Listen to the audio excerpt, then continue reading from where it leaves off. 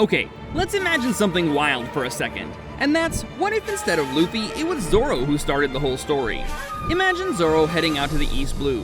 When he gets there, he wants to become the world's greatest swordsman and also the Pirate King. He's still focused on mastering the blade, and now he has an even bigger reason to get stronger. Zoro's adventure begins when he gets locked up in Shelltown by Captain Morgan. He got caught because he stood up to some corrupt officer. There's no Luffy to show up and help him this time. No Rubber Boy to toss him a sword, so Zoro has to break free on his own, and he does. He tears the ropes apart with his strength, and he knocks out the guards before he walks out like it's nothing. After he escapes, he doesn't hang around. There's no Luffy to join up with, so he just takes his swords and finds a small boat to head out by himself.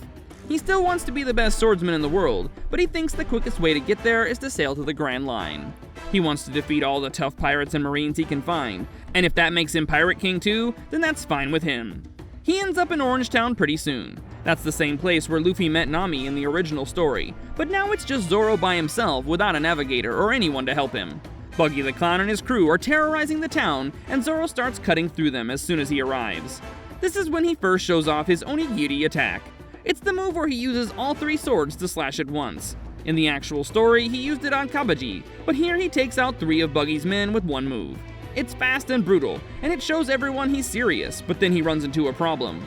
Buggy can split his body into pieces, so cutting him doesn't really work. Zoro realizes that just being strong isn't enough for this fight, and he has to be smarter about it. So he tries to pin down Buggy's floating parts or attack his feet so he can't move around so much. The fight is messy, but Zoro wins anyway. And here's the interesting part. Zoro doesn't go to Syrup Village next, but heads to Baratie instead.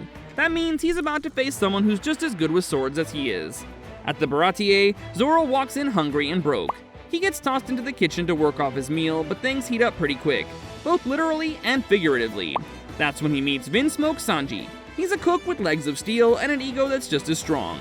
In the original story, they argued with each other, but here, with no Luffy around to keep them in check, they jump straight into fighting. Sanji kicks a plate across the room, and Zoro blocks it with the flat side of Wado Ichimonji. Just like that, they're going at it. Their fight is intense. Zoro uses his Tatsumaki move to push Sanji back, but Sanji fights back with a Konkase kick that slams him into the wall. The other cooks are freaking out, with dishes flying everywhere. Even Zeph has to yell at them to stop before they wreck the whole restaurant. But they're not just fighting for no reason, as they both see something in each other. They've got talent and determination, and they're both stubborn as hell. By the end, neither one of them wins, and they both collapse at the same time. They're out of breath and bleeding, but still smiling. Zeph kicks them both out for causing trouble, and Sanji's mad but also impressed, so he decides to go with Zoro. It's not because he believes in Zoro's dream or anything, but because he doesn't want to be outdone by someone who pushed him that hard. But there's a problem coming up. Since Luffy never showed up, Nami is still working for Arlong, and when Zoro hears about a village that's controlled by fishmen, he doesn't ignore it. He pulls out his sword instead, as Zoro isn't one for asking lots of questions. He arrives at Kokoyashi village, and sees how scared everyone is, and that tells him enough. When Nojiko explains about Arlong and how he's kept the village quiet through violence, Zoro grips his swords tighter. He doesn't know who Nami is yet, but the idea of someone being forced to betray people just to protect her village bothers him. At Arlong Park, Zoro doesn't sneak in or make a plan. He just charges through the front gates. He cuts down fishmen left and right, and uses his Shishi Sonson to take out a guy with a hammer in one hit. Then he uses Onigiri to slice through 2 attackers at once. Arlong used to think humans were weak, but now he's not so sure. Zoro makes his way up to the top of the tower where Nami's standing, frozen. She watches this swordsman tear through the fortress like it's nothing, and doesn't know what to think of him. "I'm not here to save you," Zoro says. "I'm here to cut down the one who thinks he owns you." Then it's Zoro versus Arlong. Blade against Jaws. Arlong throws Zoro through a wall, and Zoro spins back with a Toragari. He cuts through all the debris and lands a deep slash across Arlong's chest. It's not just about who's stronger, but who's got determination. Arlong fights like a wild animal, while Zoro fights like a man chasing a crown, calculated power with purpose. By the end, Arlong falls, while Zoro's still standing. Barely, anyway. He's bleeding from a dozen places, but his back is straight. The villagers rush in. Nami just stares at him like he's something out of legend. Just like that, Zoro has a third crewmate. Although there's trouble coming. The Marines aren't happy about some swordsman making waves without even flying a flag. And one Marine in particular is already sharpening his axe. Axe-hand Morgan hasn't forgotten his disgrace, and Zoro beating Arlong sends ripples across the sea.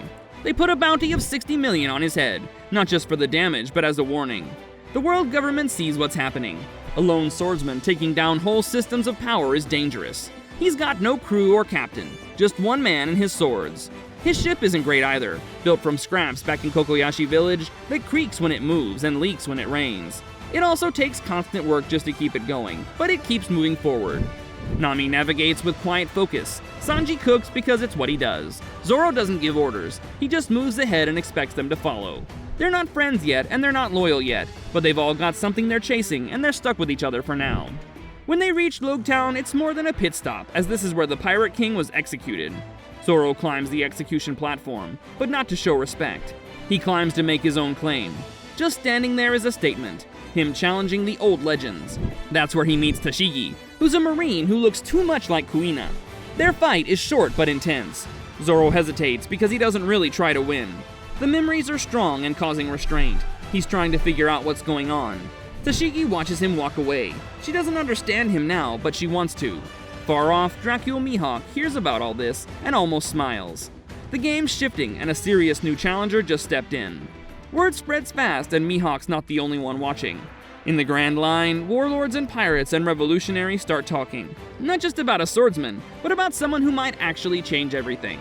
As Zoro sails into the Grand Line, his goals start to blur. He still wants to beat Mihawk, but being Pirate King takes more than skill. It takes vision, and it takes people, and it takes knowing how the world really works. Whiskey Peak is his first wake-up call. The town welcomes him with cheers and open arms, but after dark, they all come after him. Zoro cuts through them, fast and brutal. That's when it hits him that this isn't the East Blue anymore. These aren't small-time crooks. Everyone here is hiding something. That's when he crosses paths with Nico Robin, while she's still working for Crocodile. They don't fight, it's just a tense moment and a quiet exchange of names. But something in her look sticks with him. Robin sees it. He's chasing a throne, but he doesn't want to sit on it. Then comes Little Garden, and this is where Zoro starts to change. Not just in strength, but in how he carries himself. He fights giants and deals with weird threats. He watches his tiny crew grow strong around him, even if he pretends not to care. He then keeps winning fights, but he also starts making decisions. He's a leader now, not just reacting anymore. Speaking of decisions, there's a storm building in Alabasta. Zoro's about to fight something way worse than just Crocodile. Alabasta changes everything. Zoro doesn't just fight, walking straight into a war.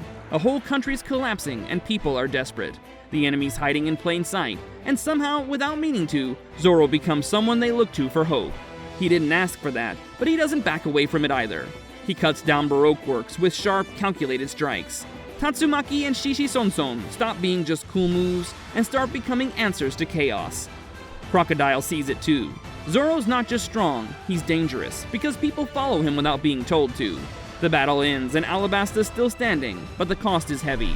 If you're going to chase the Pirate King's title, you don't just fight, you deal with everything the world government tries to bury. After that, his legend only gets bigger. Skypiea, Enies Lobby, Thriller Bark. Zoro fights gods, giants, monsters, everything. But the real shift is inside. He starts asking questions, and by the time they reach Thriller Bark and he stands in front of Kuma, Zoro offers his life for the crew. Because in this version of the story, he's not just trying to be the strongest, he's carrying the weight of something bigger, and becoming the kind of Pirate King the world's never seen before. Subscribe if you want to see how far Zoro takes it.